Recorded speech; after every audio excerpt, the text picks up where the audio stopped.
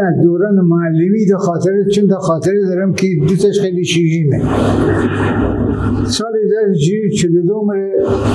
مدرک بوده دیگه آبوشو بیخوده باش. اما بیجیم صبح زود اول میر آباکولا بخوریم نبا باشیم آخر شهری باش بشیم بیدیم آقا خویه چه اما خوره باشی بیشیم کتر بره شون بشیم بیدیم مدرسه خب مدرسه در دبستانه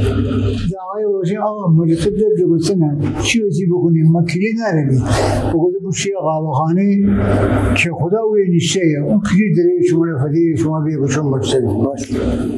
بشیم بیدیم باید آقا که خدا اون جور نیسته قلیان هم کشیم داره بگویم روساییان هم محترمان دور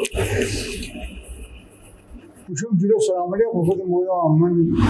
حکم بدهی بایم آیا معلم بابا بابا خوشم معلم چیه آقا بگویم یعنی چی شما ای معلم نخواهی بگویم نه آقا شما هم مدرسه میان هم مدیری هم ناظمی هم معلم بگویم یعنی چطور بگویم صبح که آیه مدرسه خشم ترسیمی جا کنیه بگویم نریه فراش هم نریه اگه مدرسه میجا کنه مدرسه خشم ترسیمی جا کنیه سخن جابجا کنیه و چه کنیه کلاس بعدن جنابالی اون موقعی فراش مدرسه بی الان ناظمیه بعدن چیه معلم کلاس میں معلم زنگ دیوریم که مدیری آیه اجازه میشه جم عجب جایی آونه چه کوئی و غیره تو مشه میداره فوق ما بنام بگم آبا باشه من نه معلم بابا مثلا یعنی چی بگی بی تو تربیت معلم مخان دیگه عالم دیگه خرج کنی معلم نه بیا خرج کنی عجب گیری بگیم ما بالاخره چی درسته اما ازوی منتقل کوئی ایتی چی جلوتر بگیم بجربه معلم باشه 6 سال روی بیسه بعدن منتقل باشیم چون اما جلو 6 نفر اولی بیم که پیسنا معادل بارده بیم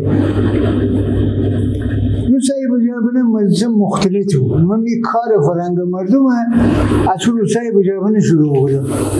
زنگ سرود سرود شانشایی خواهی که معلوم بود همه در حفظی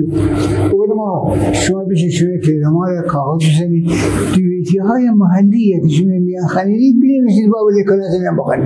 هم بهترین کاره یخ بگیف دیدی روزای سرود سکن هم نبری در دفتر دویتی داشتی اما کلاس نیم بخوانی تو خوبی داشتی اینه بگی غلط خندی 10